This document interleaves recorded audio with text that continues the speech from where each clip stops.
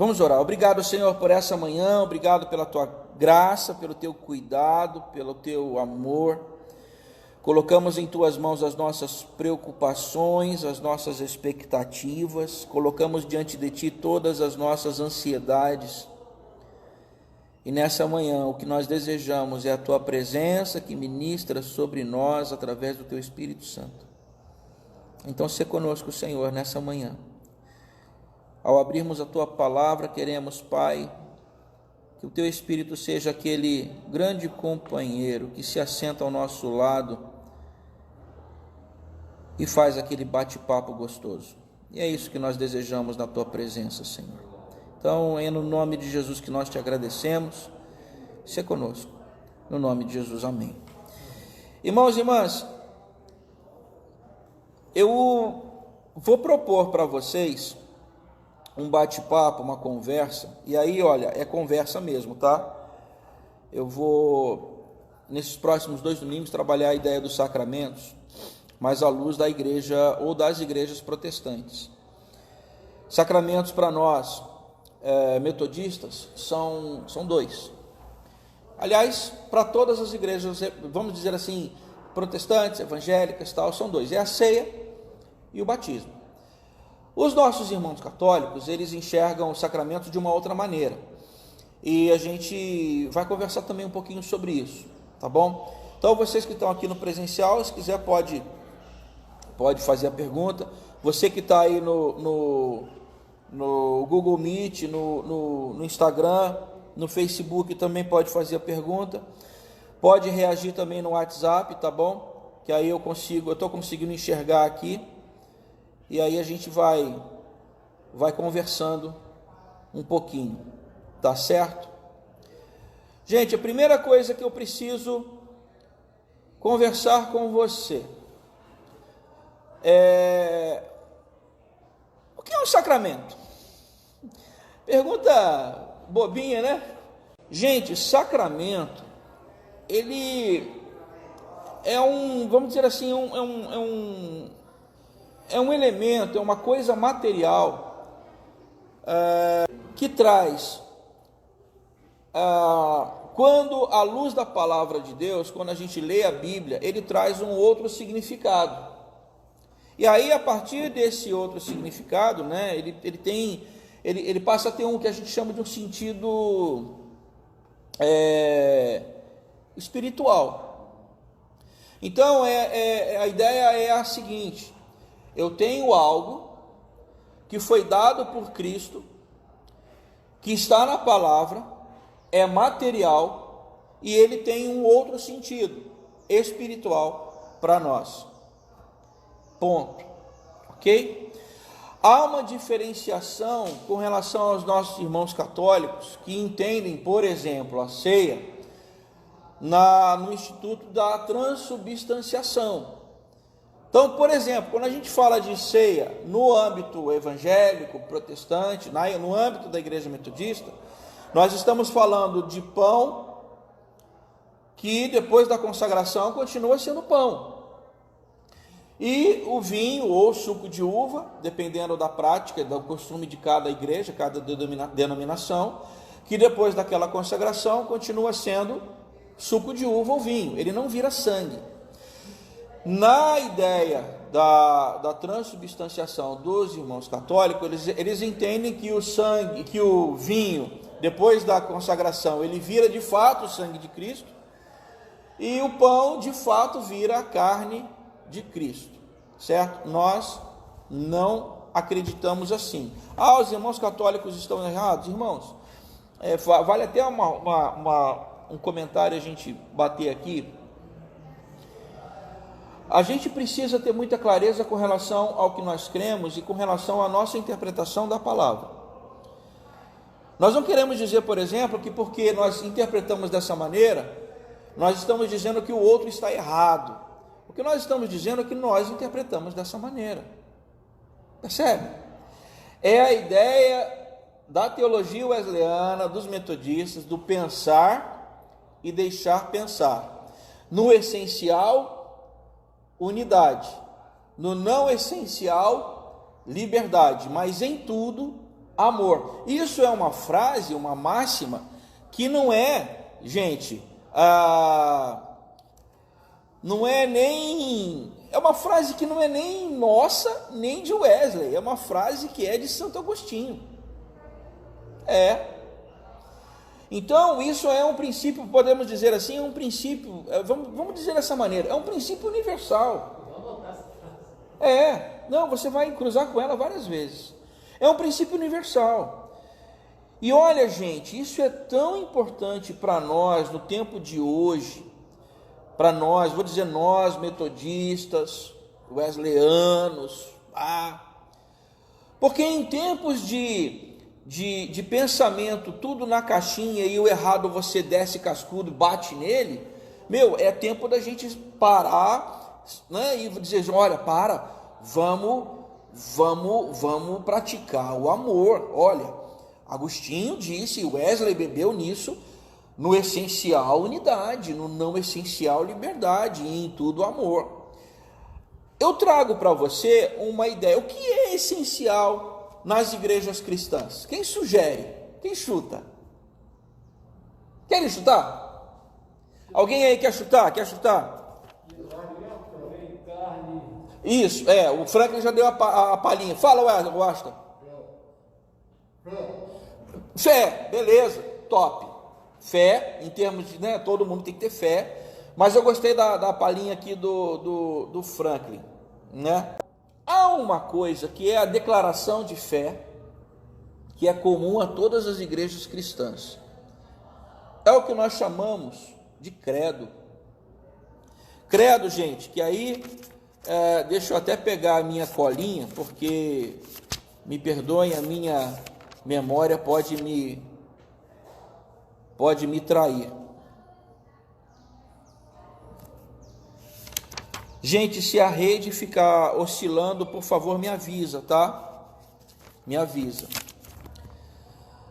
O credo, que a gente chama de credo apostólico, que é o mais conhecido, ele era uma afirmação de fé, que foi usada pela igreja, vamos dizer assim, igreja primitiva, porque de fácil memorização a gente consegue bater os principais pontos doutrinários que são básicos, fundamentais e também elementares para a transmissão do que nós cremos, daquilo que nós cremos, do que nós somos e daquilo que nós cremos.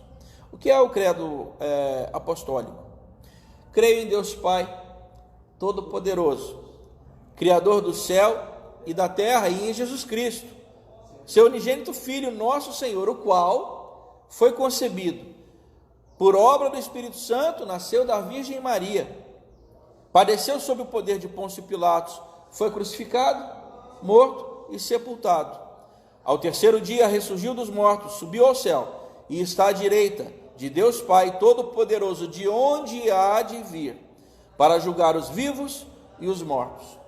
Creio no Espírito Santo, na Santa Igreja de Cristo, na comunhão dos santos, na remissão dos pecados, na ressurreição do corpo e na vida eterna. Amém. Para vocês, irmãos, vocês aí que durante muito tempo também congregaram com os nossos irmãos católicos, isso faz parte da prática, do catecismo, certo? É diferente? Qual é a parte diferente entre os irmãos católicos e nós aqui?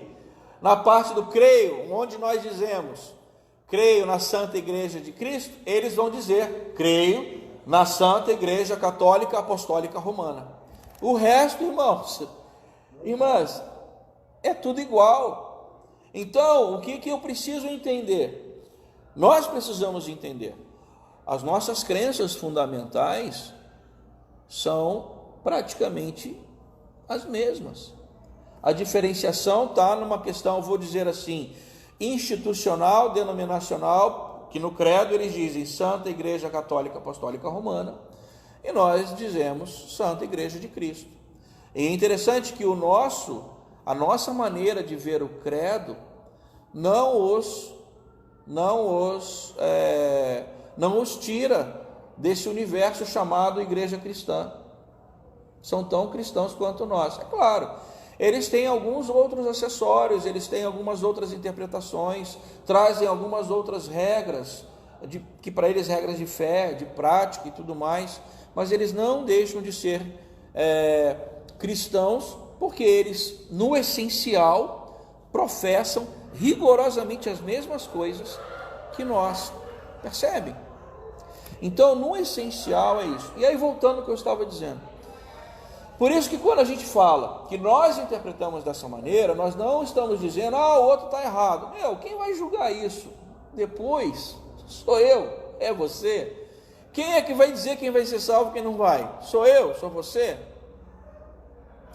A palavra diz que naquele dia se abrirão os livros e o Senhor há de julgar vivos e mortos. Eu não sou o Senhor, eu não sou Deus. Então quem é que vai dizer? Eu ouso dizer, irmãos e irmãs, que assim como Jesus, ele, naquela parábola, porque é engraçado, Jesus, às vezes eu acho que ele pegava para machucar mesmo, né? Naquela parábola das bodas, onde ele chama para o casamento, todo mundo, tá? E ninguém queria eu não posso, vou ter que... E aí ele manda dizer assim, então, olha, vai para as ruas, para as praças, para os lugares, e bota todo mundo para a festa.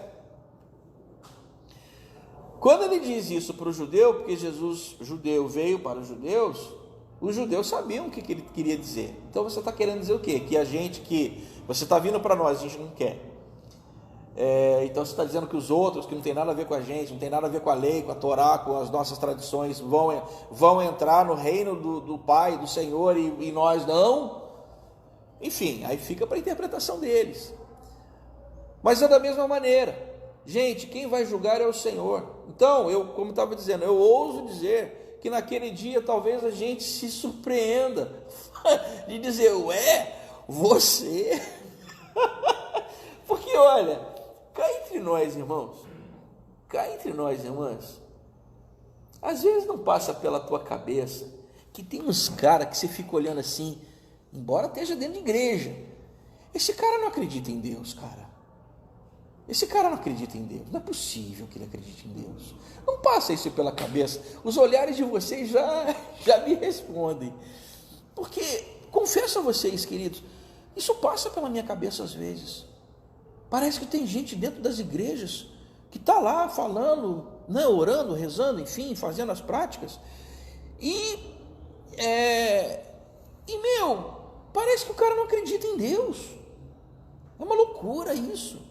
Porque tem certas coisas que você fala, que você escuta, que você pensa assim, cara, isso não é prática, não é fala de alguém que crê que realmente há um Deus que há de julgar vivos e mortos.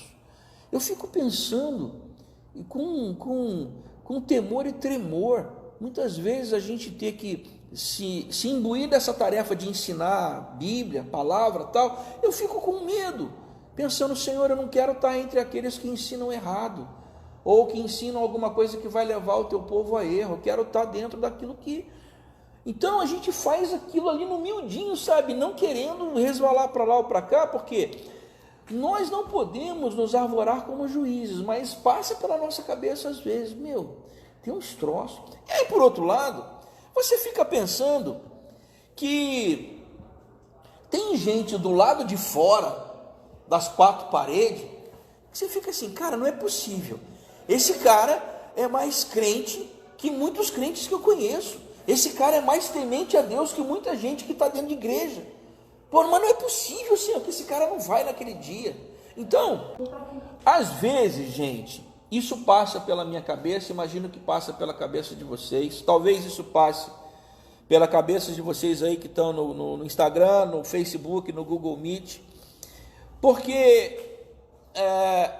voltando ao que nós estávamos conversando, esse assunto dos sacramentos, ele perpassa as nossas interpretações e as nossas maneiras de olhar a Bíblia.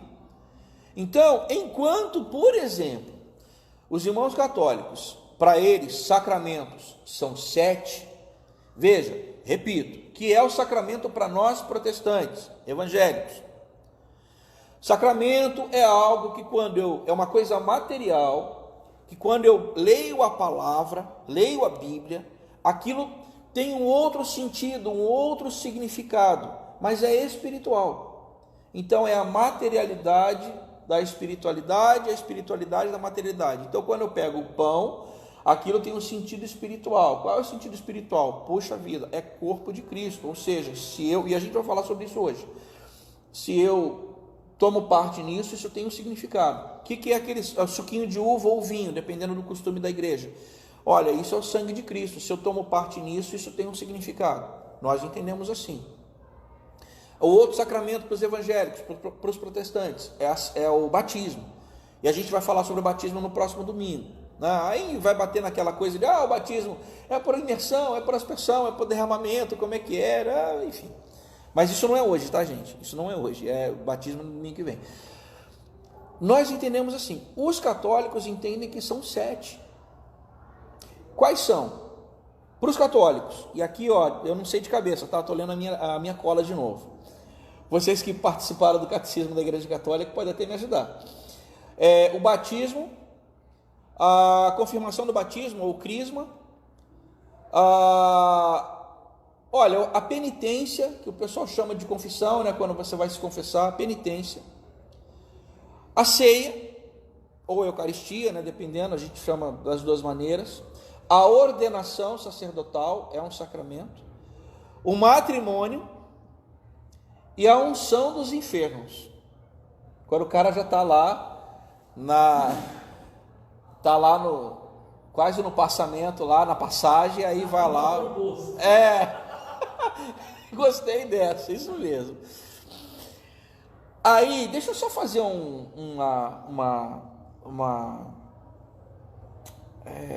uma observação. Esses sinais, para os católicos, que são sacramentos, eles não podem ser quebrados. Daí isso gera alguns problemas. Por exemplo, vou aqui me referir ao caso do matrimônio. Para os irmãos católicos, o matrimônio é um sacramento. Se é um sacramento, ele não pode ser quebrado. Aí tem as várias interpretações, tudo mais, tal. Quando se quebra, aquele que quebrou o vínculo do matrimônio já não pode ter parte em muitas das celebrações, ele não pode ser oficiante litúrgico e por aí vai, enfim. Isso acaba gerando um problema na cabeça de muitas pessoas. Porque casado uma vez, casado para sempre. Exatamente. E tem aquelas coisas que hoje na sociedade moderna a gente fica pensando, poxa, mas em casos assim, como é que você faz? E aí por aí você vai. Adultério, violência doméstica, e tantas outras situações que, enfim, onde a aliança do casamento ela é quebrada. Só que por conta do sacramento não poder ser desvinculado, desfeito, isso acaba gerando muita discussão no meio teológico. Quando alguns desses irmãos vêm para as igrejas evangélicas ou protestantes, onde o matrimônio ele não é um sacramento, ele é apenas, enfim, vamos dizer assim, uma ordenança, alguma coisa assim, mas tanto que se a pessoa quiser ficar, se ela não quiser casar, ela pode. O divórcio, embora a gente entenda de muitas maneiras, olha, pode ser considerado um pecado? Pode, tudo vai dependendo da situação concreta. Mas o divórcio, inclusive, ele era previsto nas próprias palavras de Jesus, porque bom judeu que era, entendia a Torá, a lei. Quando Jesus fala sobre o matrimônio, o que ele fala? Ele diz, olha, o que Deus uniu não separe o homem. Ele fala, olha, porém, por conta da dureza dos seus corações, Moisés disse, dele carta de repúdio e de divórcio. Mas ele fala, não era para ser assim. Deixará, pois, o homem, pai e mãe, unir-se-á a sua mulher, e os dois serão uma só carne. E aí, quais são qual é a questão que Jesus põe, onde realmente, olha, aí há realmente uma quebra de aliança, e aí você tem, vamos dizer assim, o salvo-conduto para seguir o teu caminho. Qual foi? Jesus disse: salvo nas relações sexuais ilícitas, no caso de adultério, porque aí realmente há uma quebra.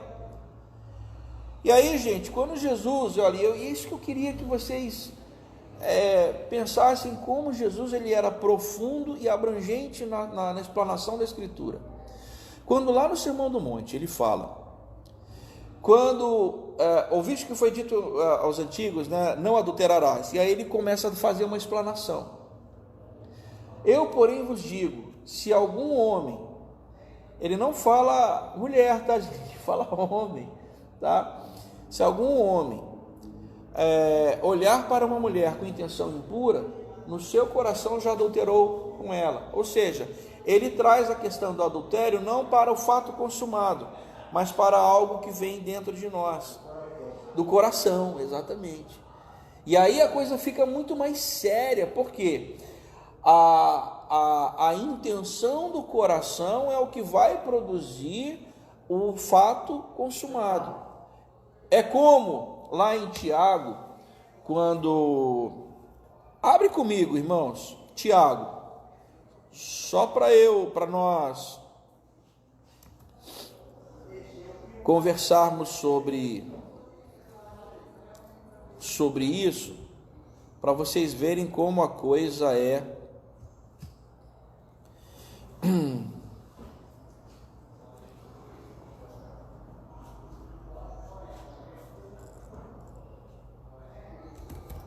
Deixa eu pegar aqui que hoje eu só estou com um papiro digital.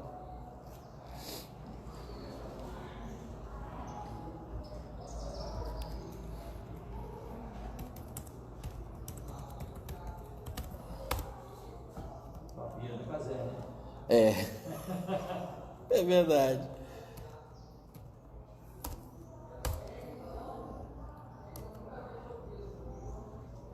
Só um instante.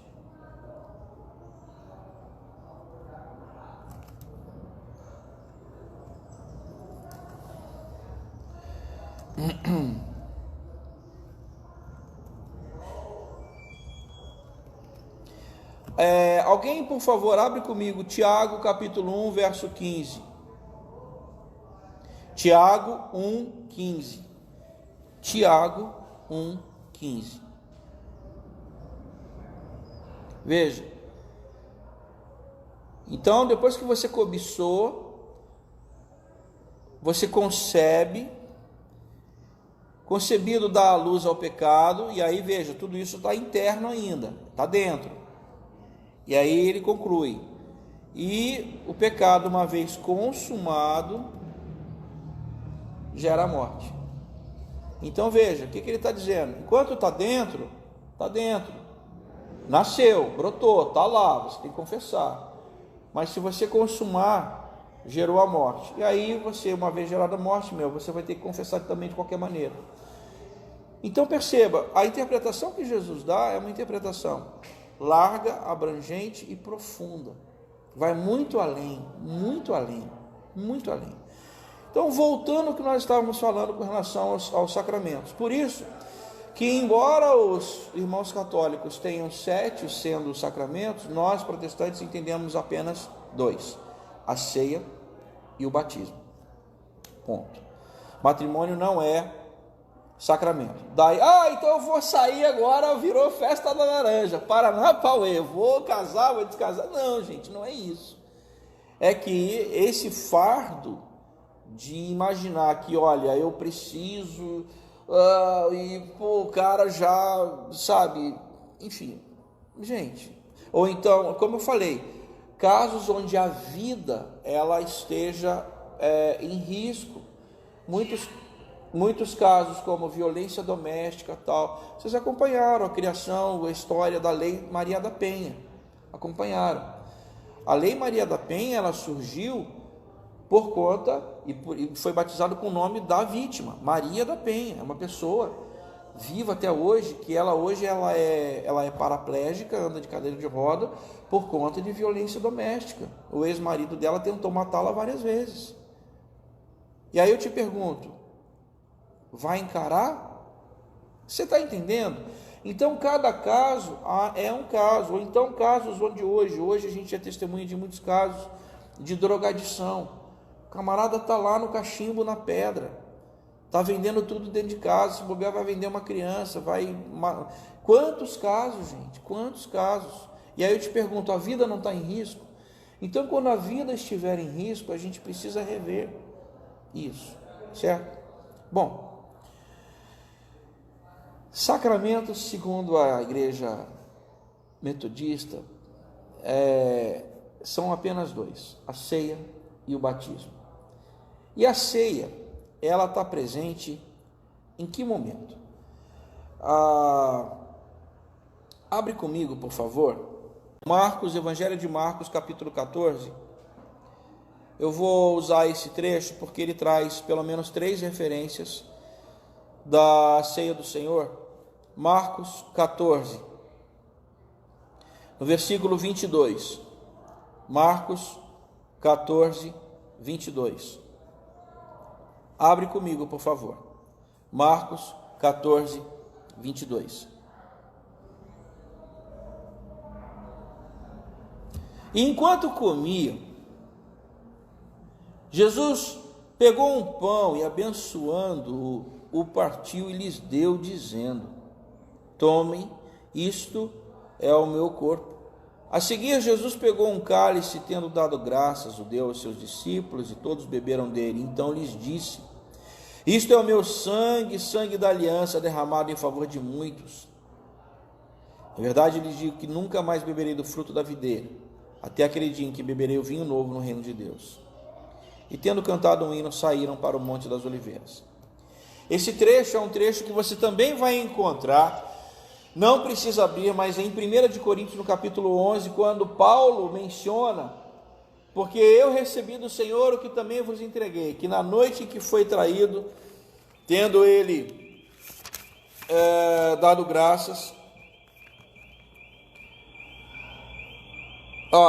na noite em que o Senhor Jesus foi traído, tomou o pão e, tendo dado graças, o partiu e disse: isto é o meu corpo que é dado por vós, fazei isto em memória de mim. Por semelhante modo, depois de haver ceado, tomou também o cálice, dizendo: este cálice é a nova aliança no meu sangue, fazei isto todas as vezes que o beberdes em memória de mim.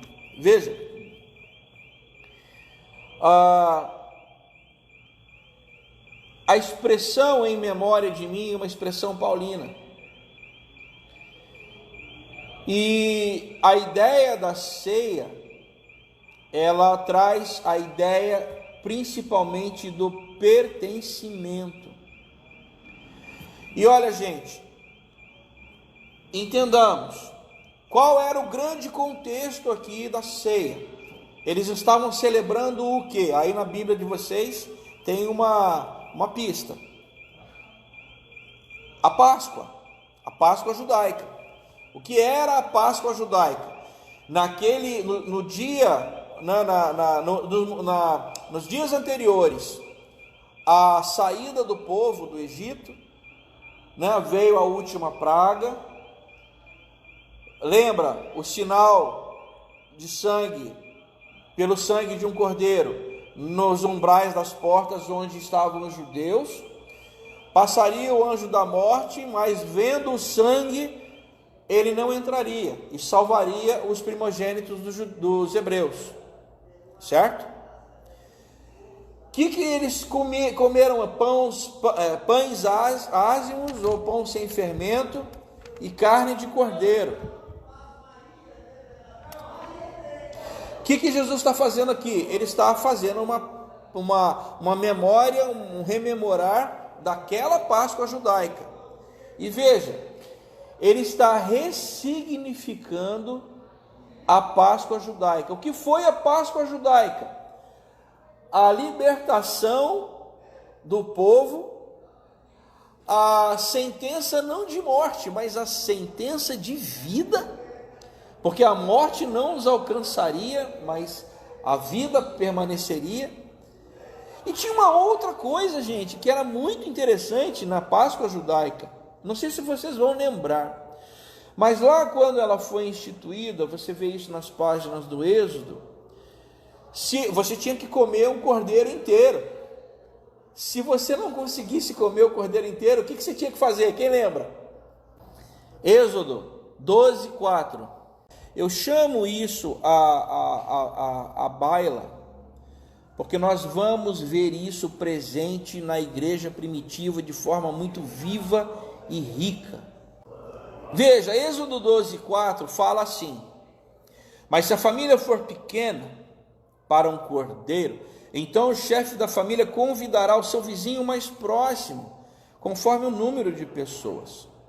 O que cada um puder comer, por aí vocês calcularão quantos são necessários para um cordeiro, ou para o cordeiro. Veja, a Páscoa era uma festa ou uma memória da inclusão, da partilha. E aqui, irmãos e irmãs, eu quero trazer à tua memória que algumas coisas na prática judaica eram tremendamente inclusivas. Havia algo, por exemplo, que era conhecido como o ano do jubileu.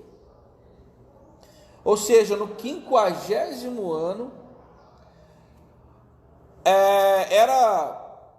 era propagado em Israel o ano do jubileu.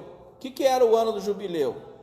Escravos seriam libertos e, eventualmente, uma propriedade que tivesse sido vendida, ela voltaria à sua família original, para que não houvesse concentração de riqueza, não houvesse latifúndios e todos tivessem acesso à terra. Coisa de louco, né? Isso é muito doido, não é? A Páscoa, ela, nesse sentido de convidar o vizinho mais próximo, porque você não vai comer aquilo tudo, vai sobrar, chama o outro. Gente, de certa maneira, isso é uma forma, quando a gente fala da ceia, e Jesus ele está dizendo, esse é o meu corpo.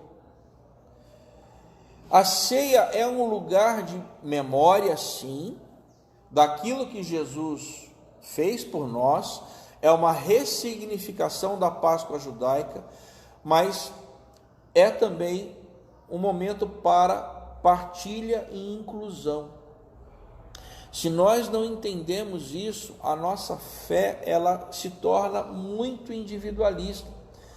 Não existe vida cristã se não for comunitária. Eu preciso de você, você precisa de mim. Eu ando com você e você anda comigo. E nós, como uma espécie de, vamos dizer assim, rede de apoio mútuo, nós vamos caminhando e seguindo pela vida. Abra comigo, por exemplo, irmãos e irmãs, no livro de Atos, capítulo 2, 42.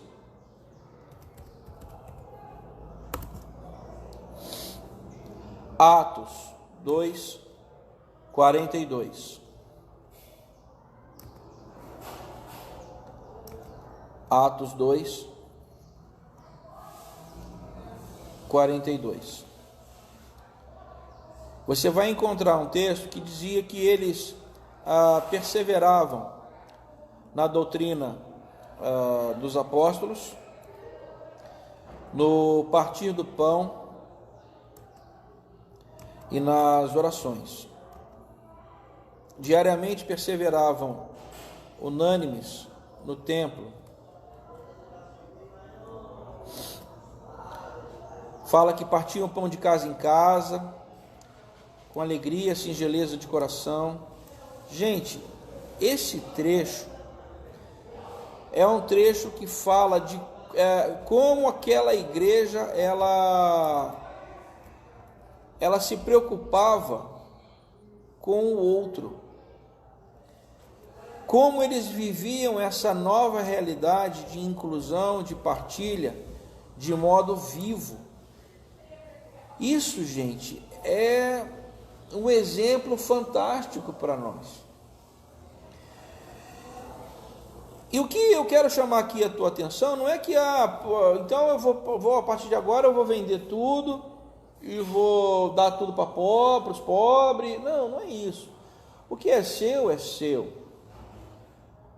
Mas o que eu e você temos na Igreja Metodista, isso inclusive está nas nossas linhas dos cânones, que são o nosso livro de regra legal, o que nós temos, ele tem que estar a serviço da missão. Então ele é meu, é teu, mas dentro daquilo que é possível, a gente colocar isso a serviço do outro, para que o sofrimento do outro seja minorado, para que a caminhada do outro seja uma caminhada mais, vamos dizer assim, mais tranquila. Então, gente, isso num tempo hoje em que o individualismo ele está extremamente exacerbado, num tempo em que esse individualismo ele promove divisões, promove, vamos dizer assim, desigualdades extremas, a ceia ela acaba se tornando um momento quando naquele pãozinho, naquele vinhozinho ou no suco de uva, nós tomamos parte nisso e repensamos a nossa caminhada com relação ao outro. Gente, isso nos faz pensar, né? Porque, veja,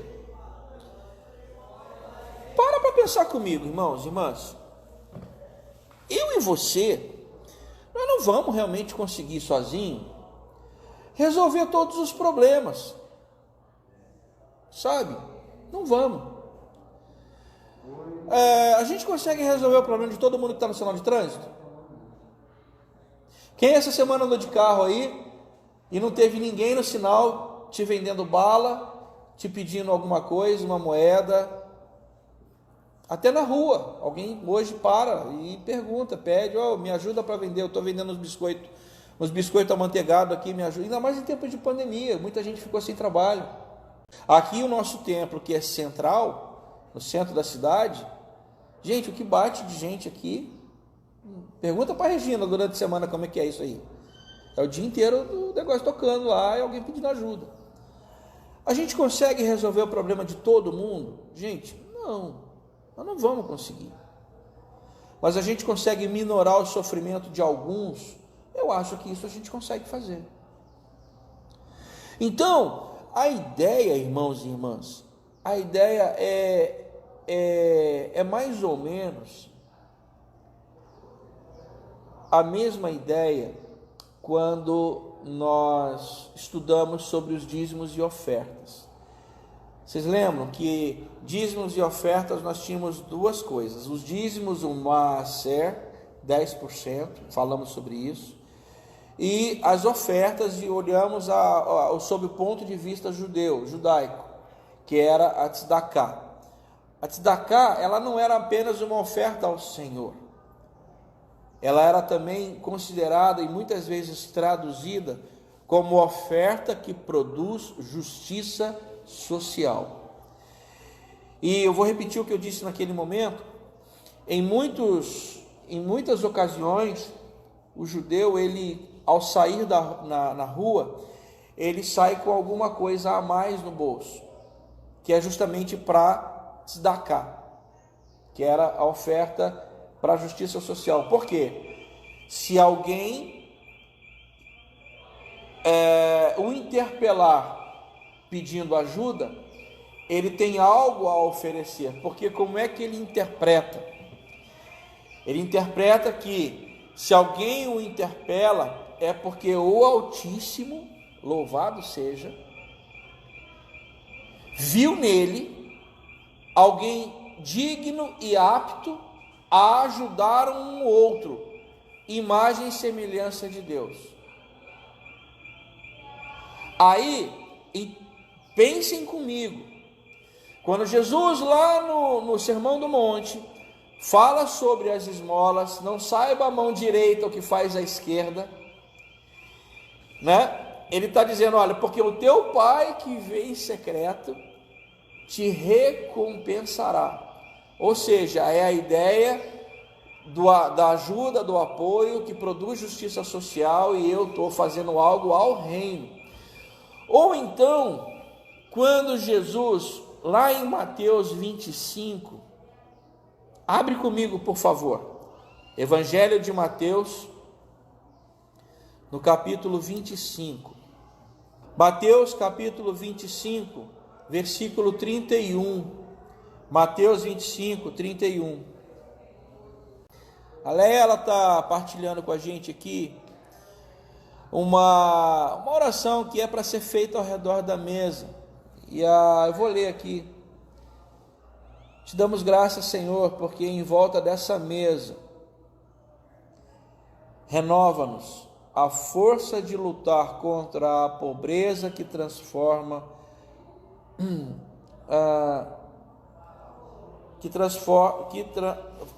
transforma a nossa vida, né? Nossa sede de abastança em um novo sentimento. Nos guia, né, num novo sentimento. Gente, olha, eu teria muita coisa para dizer sobre isso, mas vamos lá para Mateus 25, 31. Quando vier o Filho do Homem na sua majestade, todos os anjos com ele, então se assentará no trono da sua glória. Verso 32. E todas as nações reunidas, ele separará uns dos outros, como o pastor separa dos cabritos as ovelhas. As ovelhas à sua direita, os cabritos à esquerda. Ela é a justiça e esperança, é verdade. Um novo sentimento de justiça e esperança. Então dirá o rei aos que estiverem à sua direita: vinde, benditos de meu Pai, entrai na posse do reino que vos está preparado desde a fundação do mundo. Porque tive fome e me destes de comer, tive sede e me destes de beber, era forasteiro e me hospedastes, estava nu e me vestistes, enfermo e me visitastes, preso e fostes ver-me.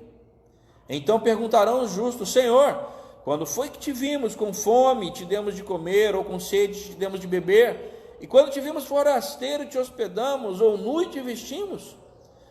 E quando te vimos enfermo ou preso, te fomos visitar? O rei respondendo lhes dirá: em verdade vos afirmo que sempre que o fizestes a um destes meus pequeninos irmãos, a mim o fizestes. O trecho continua falando sobre aqueles que não fizeram. Eu trago esse trecho à memória, irmãos e irmãs, para que a gente perceba que a ceia, ela não é apenas enlevo espiritual para mim individualmente, mas é algo para que eu rememore, lembre de que faço parte de um todo muito maior do que eu, e que ao fazer parte desse todo eu preciso me engajar para que os sinais do reino estejam presentes no lugar onde eu estou. Percebem? É por isso que a ceia, ela não é apenas uma coisa individual, mas ela é principalmente comunitária. A ceia, gente, ela é sacramento por isso. Lembra a ideia do sacramento? É algo que é material, uma coisa material, mas que à luz da palavra de Deus se reveste de um novo significado, e esse novo significado me faz andar de forma diferente. Nós não podemos, por isso que Paulo, gente, ele diz: por isso examine-se o homem a si mesmo, ao tomar a ceia.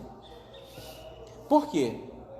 Isso faz parte, irmãos e irmãs, faz parte, não é somente se eu estou em pecado ou não estou em pecado, se eu perdoei ou não perdoei. mas se eu sou parte, membro, ator vivo no reino, entendem? Porque olha, embora muita gente pense, mas eu tenho a minha rotina, eu saio de manhã para trabalhar, ou então eu trabalho de escala, eu falo, o reino está ali. Me lembro de uma música, há muitos anos, 94, nossa, faz tempo, que falava que o reino de Deus, ele está onde a esperança estiver. O reino de Deus está onde a mão que se estende, ela está. O reino de Deus, ela está onde a justiça estiver. Então, onde eu e você estivermos nos nossos lugares de trabalho, por exemplo, de estudo, na vizinhança, se nós estamos ali, nós precisamos lembrar que a ceia do Senhor, da qual, por exemplo, hoje domingo, primeiro domingo, nós faremos parte à noite, a ceia do Senhor, ela me impele a que eu torne aquele lugar onde eu estou, um lugar onde o reino de Deus precisa estar. Seja pelas nossas orações, mas principalmente seja pelas nossas ações cotidianas, diárias, percebe?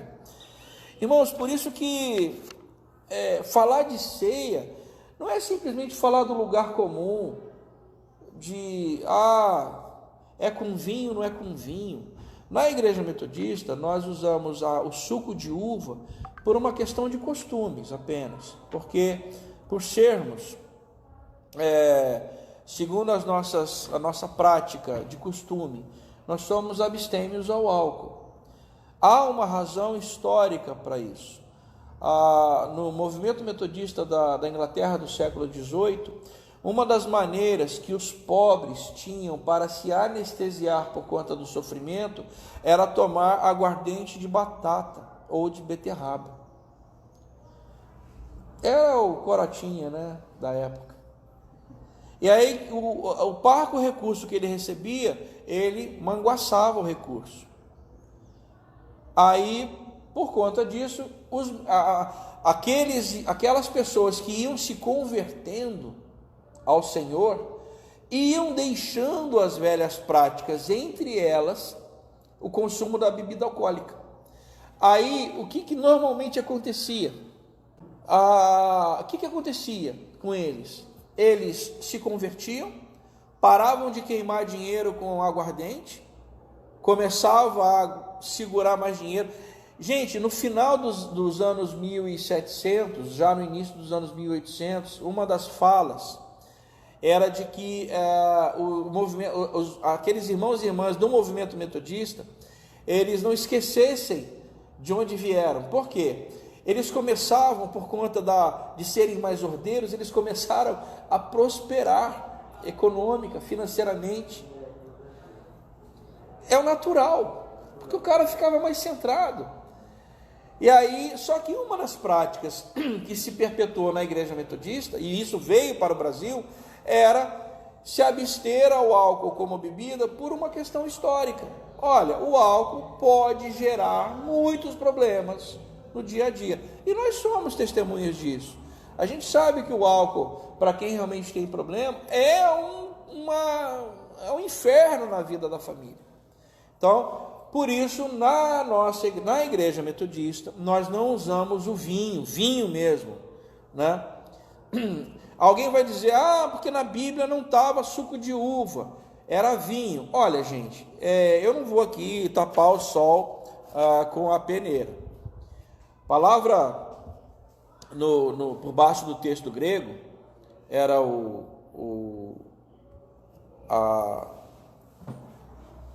que dava a entender do suco de uva. Não é suco de uva, é vinho mesmo. Porque o vinho, o suco de uva era posto nos odres para fermentar. Fermentou, gente, tem álcool. Então, por isso que Jesus, em determinado momento, diz assim: vinho novo se põe em odres novos. Por quê? O odre velho, quando fermenta, ele expande, ele arrebenta. então o vinho tinha que ser novo, o odre tinha que ser novo para isso. E eles tomavam, era vinho mesmo. Nas bodas de Caná, o primeiro milagre de Jesus relatado em João, no Evangelho de João, das talhas lá, que foram a água transformada em vinho, gente, foram litros e litros de vinho, era para o pessoal manguaçar mesmo. E é muito interessante esse trecho, porque quando se fala que o vinho novo, né, porque o mestre de cerimônia lá estava dizendo, olha, esse vinho já no final da festa, esse vinho é muito melhor, né? Isso traz uma maneira de interpretar assim, olha, gente, isso vale para casamento também, pode estar ruim, mas quando você chama Jesus para estar dentro, a coisa, ela muda de maneira milagrosa, claro, mas enfim, isso vai longe, gente. Bom, por isso que a ceia hoje, na igreja metodista, como ela é feita? É pão e é o suco de uva. O suco de uva, vocês recebem, vocês veem, né? Pão que não é transubstanciação, como a gente falou no início do vídeo, e vinho que não é transubstanciação. O pão é pão e o suco de uva é suco de uva.